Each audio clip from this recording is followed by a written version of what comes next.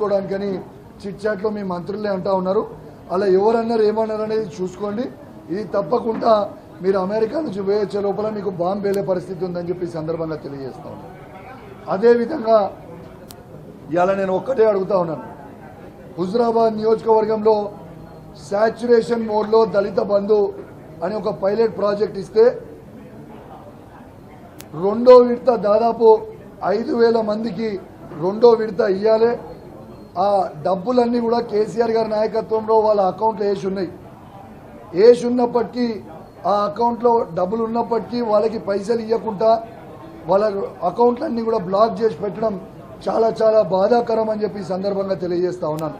నిన్న హుజురాబాద్లో నిన్న 3-4 మంది దళిత మిత్రులు ధర్నా చేసిర్రు.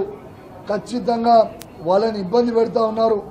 నేను ఒక్కటే అడుగుతా ఉన్నాను, ఈ ప్రభుత్వానికి వీళ్ళ మేనిఫెస్టోలో కేసీఆర్ గారు దళిత బంధు 10 లక్షల రూపాయలు ఇస్తారు కదా, మేము 12 లక్షలు ఇస్తామని చెప్పారు. మరి అది ఎందుకు ఇస్తలేరు? ఆ 12 లక్షలు ఇచ్చుడు దేవుని గారుగా కానీ ఉన్న డబ్బులు మాత్రం మీరు రిలీజ్ చేస్తలేరు. దయచేసి మిమ్మల్ని రిక్వెస్ట్ చేస్తా ఉన్నాను, డిమాండ్ చేస్తా ఉన్నాను, వెంటనే ఆ దళిత బంధు రెండో విడత హుజురాబాద్ నియోజకవర్గంలో రిలీజ్ చేయాలి. మీరు రిలీజ్ చేయకపోతే మాత్రం మీరు తీవ్రమైన పరిణామాలు ఎదుర్కొనే పరిస్థితి వస్తుంది. నేను ఖచ్చితంగా ఈ దళిత బంధు గురించి అసెంబ్లీలో మాట్లాడదాము, మైక్ ఇవ్వండి అని అంటే వీళ్ళు మైక్ ఇచ్చే పరిస్థితి లేదు.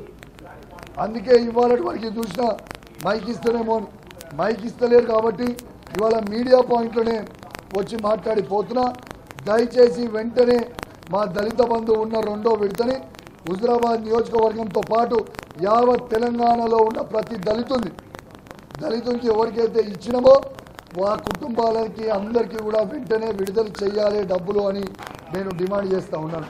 అదేవిధంగా మొన్న హుజురాబాద్ నియోజకవర్గంలో ఒక 15-20 రోజుల క్రితం మేజర్ ఫ్రూట్ షాప్ హుజురాబాద్ టౌన్లో మేజర్ ఫైర్ యాక్సిడెంట్ హుజురాబాద్లో అయింది. ఆ మేజర్ ఫైర్ యాక్సిడెంట్ అయితే కనీసము దాదాపు ఒక్కొక్కరు పాపము 1,50,000 నుంచి 2 లక్షల రూపాయల స్టాక్ తీసుకొని వస్తే తెల్లారి ఏకాదశి ఉండే షార్ట్ సర్క్యూట్ అయి ఫైర్ యాక్సిడెంట్ అయింది. ఇవాళ దాకా కూడా ప్రభుత్వం దాని మీద స్పందించలేదు. ఒక బాధ్యత కలిగే ఎమ్మెల్యేగా నా జీతం నుంచి 4,10,000 రూపాయలు వాళ్ళకి నేను డైరెక్ట్గా ఒక్కొక్కరికి 10,000 రూపాయల లెక్క ఇచ్చిన, 1,00,000 రూపాయలు పెట్టి షెడ్లు వేయించిన. కానీ నేను అడిగే రిక్వెస్ట్ ఏంది ప్రభుత్వాన్ని అంటే, నేను డిమాండ్ చేస్తూ ఉన్నాను, దయచేసి ఒక్కొక్క షాప్ వాళ్ళు కనీసం 1,00,000 రూపాయల కాంపన్సేషన్ మనం వాళ్ళకి ఇవ్వాలని నేను డిమాండ్ చేస్తూ ఉన్నాను. ఎందుకంటే వాళ్ళందరూ కూడా పాపం చిరు వ్యాపారాలు చేసుకునే వ్యక్తులు, దయచేసి వాళ్ళకి ఆదుకోవాలి వాళ్ళని నేను ఈ ప్రభుత్వాన్ని డిమాండ్ చేస్తూ ఉన్నాను. ఇంకా అన్నిటికంటే ఇంపార్టెంట్ పాయింట్ కూడా ఒకటి, నా హుజురాబాద్ నియోజకవర్గంలో ప్రెస్ మిత్రులకి నేను ప్లాట్స్ ఇవ్వడం జరిగింది. దయచేసి మా హుజురాబాద్ నియోజకవర్గంలో ఉన్న ప్రెస్ మిత్రులకు ఇచ్చిన ప్లాట్స్ని కాంగ్రెస్ వాళ్ళే కేసులు వేయించి ఇలా ఆపుతా ఉన్నారు, ప్రెస్ మిత్రులని ఇబ్బంది పెడతా ఉన్నారు. నేను చెప్తున్నా ఇది మంచి పద్ధతి కాదు. ఖచ్చితంగా కేసు వేసిన వ్యక్తి మంత్రి పొన్నం ప్రభాకర్ గారి శిష్యుడు.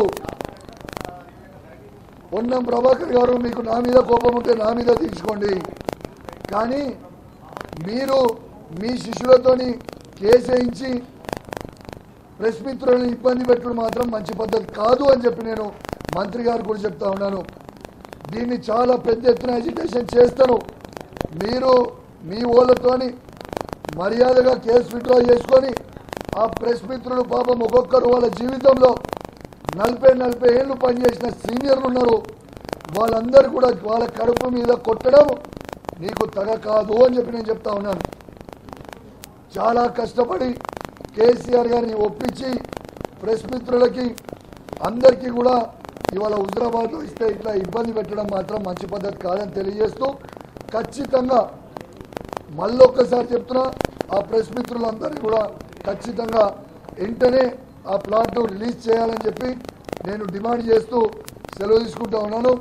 జై తెలంగాణ, జై KCR. Thank you very much.